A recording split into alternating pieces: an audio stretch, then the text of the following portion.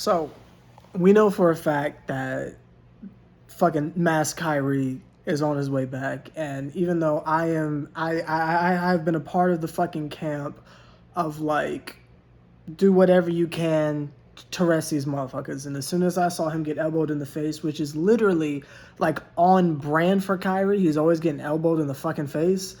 Um, my knee jerk reaction was, see, these niggas, like, they shouldn't even fucking be out there or whatever. They should be on the fucking bench against the fucking Bulls in a minor blowout. I mean, it wasn't like an extreme or like a proper blowout or whatever, but in a minor blowout, them motherfuckers should be on the bench or whatever. Like, if you want to throw Blake's ass out there or whatever, then like, I don't know, it is what it is. But with Kyrie and KD, like, these motherfuckers shouldn't even be out there at that point. But I kind of thought of Boot as they were scraping that motherfucker off the ground. I was like, ask Kyrie Boot to come back. Probably not tomorrow. He's probably going to be out along with Blake. So that's going to be a mild shit show against the Spurs. But I believe in Kevin Durant because I'm sure they won't rest him. But I believe in Kevin Durant. But that's not here nor there.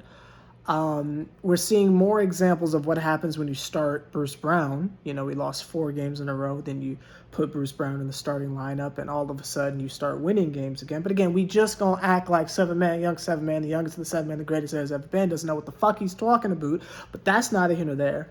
Joe Harris in the beginning shooting mid-range jumpers because they're running him off of the 3-point line, but giving him wide open middies is hilarious to me for some reason. I'm not sure why. We already know the greatness of Claxton. For some reason, Steve Nash is continuing to play with fire. I think the man is drunk with fucking power because he keeps starting Blake Griffin instead of Claxton. Personally, I think he's just drunk with power. He seems to really be under the impression that it's his passionate MVP pep talks that's making the team go. No, it's because the team realizes you don't know. It's because the team realizes you don't know what the fuck you're doing, and they're just taking over.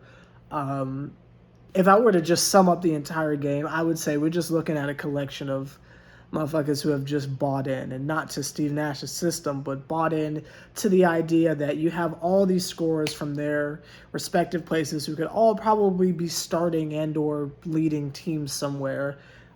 They've all just completely bought into, I'm going to do whatever it takes. I'm going to cut. I'm going to dive on the floor. I'm going to get, like, fucking Mike James almost had a triple-double. And we know that this man was a fucking god overseas, right?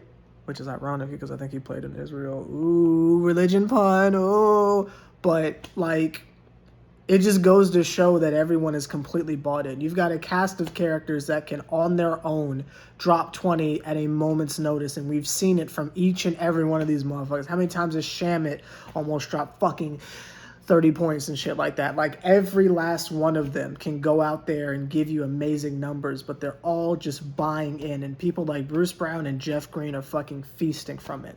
Now, why the hell Steve Nash does not let the starters rest when the game is clearly over, I have no idea. When you got fucking Tyler Johnson on the bench, you got Alize Johnson on the bench, like, you've got all these motherfuckers who could easily just be thrown out. Like, if you want to give Claxton some rest, put Reggie Perry out there or something like that. Like, like there are other alternatives than putting KD and Blake Griffin back in, especially when you watch Kyrie go down. But again, that's a Steve Nash thing. I'm just trying to enjoy the dub. If that shit has not been clinched yet, I feel like it's been clinched now, or I could be completely wrong on that. I don't know or give a shit, as you probably can guess.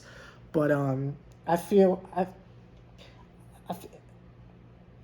like the situation is going to handle itself. I really don't have much analysis because it's the fucking Bulls. Like, the Bulls are trash. And I have been saying that all fucking season long. I told you, them motherfuckers are imbeciles for just giving away their fucking future and all that, all those fucking assets away for fucking Vooch.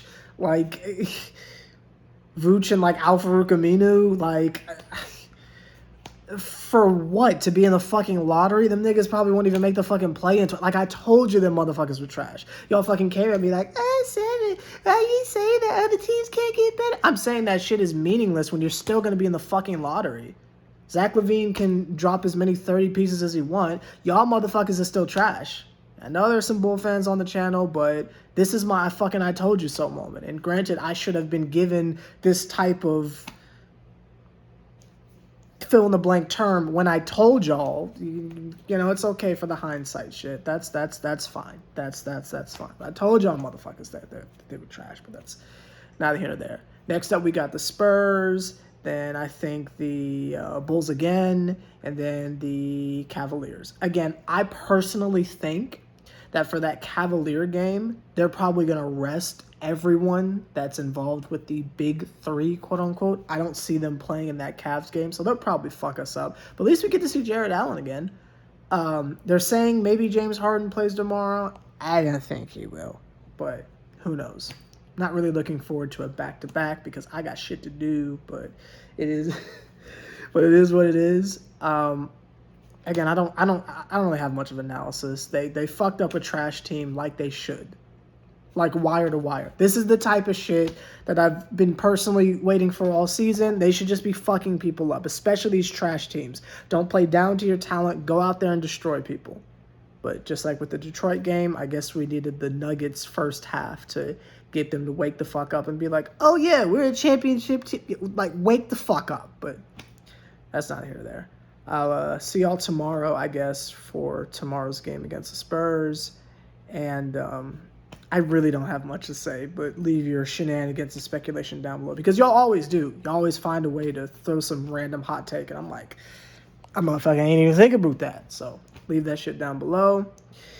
I'm going to go back to being emotionally damaged. Bye, motherfuckers. Hey.